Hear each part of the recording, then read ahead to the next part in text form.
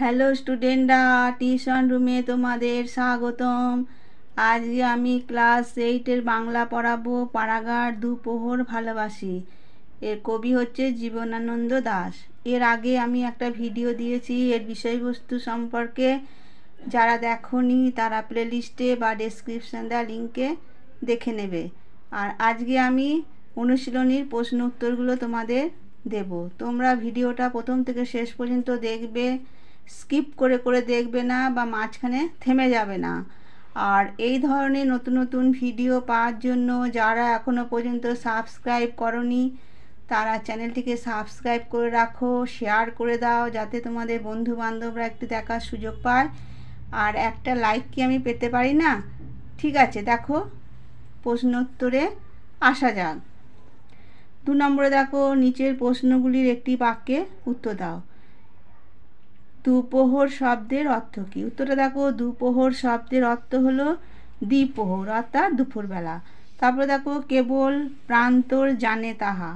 প্রান্তর কি জানে? উত্তরটা দেখো, কবির হৃদয়ে অজানা কোনো গল্প কাহিনী, অচেনা কোনো স্বপ্ন ঘর বেঁধেছে তা প্রান্তর জানে। তারপরে প্রশ্ন দেখো, তাহাদের কাছে যেন এ জন্মে নয়, যেন ঢের যুগ ধরে কথা শিখিয়াছে এই হৃদয়টা লাইন আছে, কাদের কথা এখানে বলা হয়েছে? উত্তরে দেখো, কবি, পাড়াগার, প্রান্তর আর প্রান্তরের শঙ্খচিলদের কথা এখানে বলেছেন। তারপরে দেখো আর একটা লাইন ধরে প্রশ্ন আছে, জলসিঁড়িটির পাশে ঘাসে কি দেখা যায়? উত্তর দেখো, জলসিঁড়িটির পাশে ঘাসে দেখা যায় বহুদিনের বুনো চাল, তার শাখা নুয়ে আছে ছন্দহীনভাবে। এই প্রশ্নগুলো তোমরা দেখবে, খাতায় লিখে নেবে। এখান থেকে প্রশ্নগুলো খুব পরীক্ষায় আসে। কেমন? দেখো, জলে তার মুখখানা দেখা যায়। জলে কার মুখ দেখা যায়? উত্তর দেখো, জলে বুনো চালতার মুখ দেখা যায়। ডিঙিও ভাসিছে কার জলে, ডিঙিটি কেমন? উত্তর দেখো, ডিঙিটি বহুদিনের জীর্ণ, কোথাও কোথাও ঝাঁসা ফোকরা হয়ে পড়েছে। তারপরে প্রশ্ন, ডিঙিটি কোথায় বাঁধা রয়েছে? উত্তরটা দেখো, ডিঙিটি জলসিঁড়ি নদীর ধারে হিজল গাছে বাঁধা রয়েছে। এ কটা ছিল এই প্রশ্ন। তারপর দেখো, এগুলো শর্ট কোশ্চেন, এখান থেকে তোমাদের পরীক্ষায় অনেক প্রশ্ন আসবে, তোমরা ভালো করে দেখে নেবে। 3 নম্বর দেখো, নিচের প্রশ্নগুলির কয়েকটি বাক্যে উত্তর দাও। পাড়াগাঁয়ের দ্বিপ্রহরকে কবি ভালোবাসেন কেন? এটা খুব ইম্পর্টেন্ট প্রশ্ন, এটা খুব আসে, তোমরা এটা করবে। দেখো, পাড়াগাঁর দুপোহর ভালোবাসি কবিতায় কবি জীবনানন্দ দাশের পাড়াগাঁয়ের দ্বিপ্রহর তথা গ্রাম বাংলার প্রকৃতির প্রতি ভালোবাসার কথা বলা হয়েছে। কবি শৈশবে পাড়াগাঁকে ফেলে রেখে চলে এসেছেন বহুদূরে, কিন্তু বাংলার প্রকৃতির সঙ্গে কবির যোগ ছিন্ন হয়নি। কবির হৃদয়ে বাসা বেঁধেছে যে গল্প কাহিনী, স্বপ্ন, আশার স্মৃতি, তাই নিয়ে কবি মন সুখে ডুবে থাকে। বাংলার স্মৃতিমধুর দুপুরের কথা কবি বারবার মনে পড়ে যায়।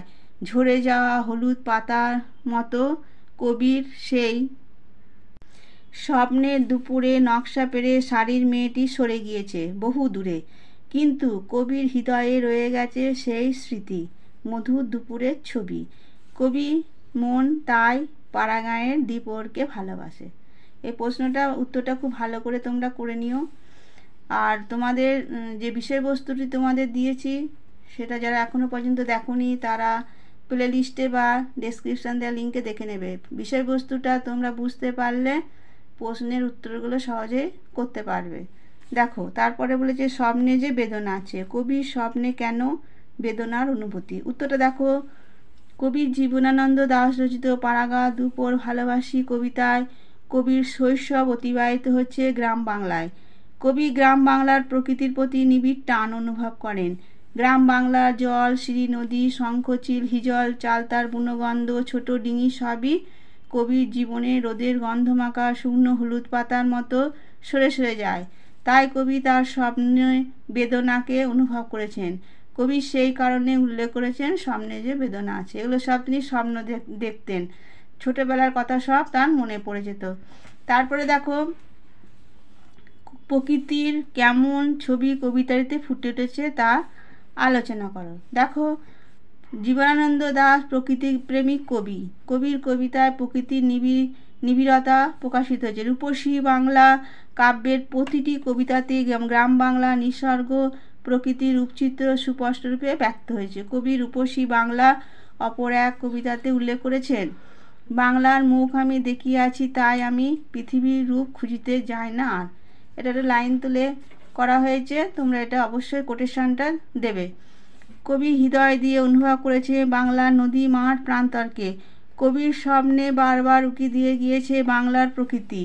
গ্রামের আকাশে রোদ উদাস প্রান্তর, দূর আকাশে বেড়ানো শঙ্খচিল জলশ্রী, নদীর ধারে নিয়ে পড়ে চালতা গাছ, হিজল গাছের সঙ্গে বাঁধা একখানি ডিঙি।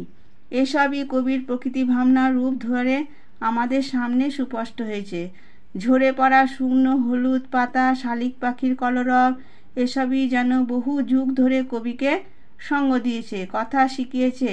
বাংলার অপরূপ রূপ কবিকে যেমন মোহিত করেছে, তেমনি কবি বঙ্গ প্রকৃতির রূপকে পাঠকের সামনে তুলে ধরেছেন। যে বাংলার যে চিত্রটা সেটা এখানে কবি বলেছেন। তারপরে দেখো, কেঁদে কেঁদে ভাসিতেছে আকাশের তলে, একটা লাইন আছে, কবির এমন মনে হওয়ার কারণ কি বলে তোমার মনে হয়? দেখো উত্তরটা দেখো, কবি জীবনানন্দ দাশ বঙ্গ প্রকৃতির কবি। কবি বাংলার অতি পরিচিত জলশ্রী নদীর জলে একটি ভাসমান ডিঙি দেখেছেন। ডিঙিটি ঝাঁঝরা ফোবরা নির্জীব, কিন্তু একদিনে ডিঙি ঘিরে প্রাণের উত্তাপ চিরসত্য ছিল, অথচ আজ তার শূন্য ফাঁকা। যে কবির জীবনেও একদিন পাড়াগাঁয়ে রোদ, শঙ্খচিল, শালিকের কলরব, চালতা হিজলের বুনগন্ধ চিরসত্য ছিল, কিন্তু এখন মানে তা ঝরে পড়া শুকনো হলুদ পাতার মতোই বহু দূরে সরে গিয়েছে। কবির জন্মান্তরের প্রকৃতি যেন স্বপ্নে জেগে রয়েছে, তাই কবির মনও যেন এই নিঃসঙ্গ ডিঙি নৌকোর মতো আকাশের তলে কেঁদে কেঁদে ভেসে থাকে। তারপরে দেখো, রৌদ্রে যেন ভিজে গন্ধ লেগে আছে। কবিতায় কিভাবে এই অপরূপ বিষণ্ণতার স্পর্শ এসে লেগেছে তা যথাযথ পঙ্ক্তিতে উদ্ধৃত করে আলোচনা করে। এখানে আমি ইম্পর্টেন্ট 4 দাগে তোমাদের একটা ইম্পর্টেন্ট প্রশ্নই তোমাদের দিলাম, বাদ বাকিগুলো অতটা ইম্পর্টেন্ট নয়। পরীক্ষায় এই প্রশ্নটাই তোমাদের আসবে, তোমরা ভালো করে নেবে। দেখো উত্তর দেখো, প্রশ্নে উদ্ধৃত অংশটি জীবনানন্দ দাশের পাড়াগা দুপোহর ভালোবাসি নামক কবিতা থেকে নেওয়া হয়েছে। আলোচ্য কবিতায় এক বিষণ্ণতা ছবি স্পষ্ট হয়ে উঠেছে। কবি গ্রামীণ প্রকৃতির কোলে বড় হয়েছেন, গ্রামের প্রকৃতি তাই তার হৃদয়ে গেঁথে আছে। দ্বিপ্রহরের রোদ কত স্বপ্ন নিয়ে ধরা দিত। একটা লাইন বলেছে কবি, রৌদ্রে যেন গন্ধ লেগে আছে স্বপ্নের কোনো গল্প, কি কাহিনী কি স্বপ্ন যে বাঁধিয়াছে ঘর আমার হৃদয়ে, আহা কেউ তাহা জানে না কো। এটা একটা লাইন তুলে কবি সেটাকে বোঝাতে চেয়েছেন। তারপরে পরের পাড়ায় লিখবে, কবির স্বপ্ন হয়তো হারিয়ে গিয়েছে, যে গল্প কাহিনী হৃদয়ে বাসা বেঁধেছিল তারাও কোথাও উধাও হয়ে গিয়েছে, আজ তার কোনো হিসাব নেই। স্মৃতি এখানে বেদনা হয়ে ঝরে পড়েছে। এখানেও একটা কোটেশন দিয়ে বলেছে কবি, শালিকের স্বর ভাঙা মঠ নকশা পেরে শাড়িখানা মেয়েটি রৌদ্রের ভিতর। অথবা আর একটা কোটেশন দিয়ে বুঝিয়েছেন যে রৌদ্রে যেন ভিজে বেদনার গন্ধ লেগে আছে, আহা কেঁদে কেঁদে ভাসিতেছে আকাশের তলে। তারপরের পাড়াতে লিখবে, কবিতার গায়ে দুপোহরকে ভালোবাসেন, কিন্তু সেই দ্বিপ্রহরের কথা বলতে গিয়ে যেসব অনুষঙ্গ ব্যবহার করেছেন, যেমন ভাঙা মঠ, বুনো চালতার শাঁখা নিয়ে পড়া, ঝাঁঝরা ফোপড়া ডিঙি, রৌদ্রে ভিজে বেদনার গন্ধ, সেসব কিছু মিলে এক অসহায় বিষণ্ণতার ছবি কবিতাটিতে ফুটে উঠেছে। এটাই ছিল এই অনুশীলনীর প্রশ্নগুলো তোমাদের দিলাম, তোমরা ভালো করে এটা পড়বে, আগে খাতায় লিখে নিয়ে পড়বে। আর এই ধরনের নতুন নতুন ভিডিও পাওয়ার জন্য তোমরা চ্যানেলটিকে সাবস্ক্রাইব করে রাখো, যারা এখনও পর্যন্ত করনি তারা সাবস্ক্রাইব করবে আর শেয়ার করে দেবে, বন্ধুবান্ধবদের একটু সুযোগ করে দাও। আর একটা লাইক তো পেতেই পারি তোমাদের কাছ থেকে। আর এই পড়াটা কেমন লাগলো তোমরা কমেন্ট বক্সে জানিও। ঠিক আছে, আজকে এখানেই আমি আমার ভিডিওটা শেষ করলাম।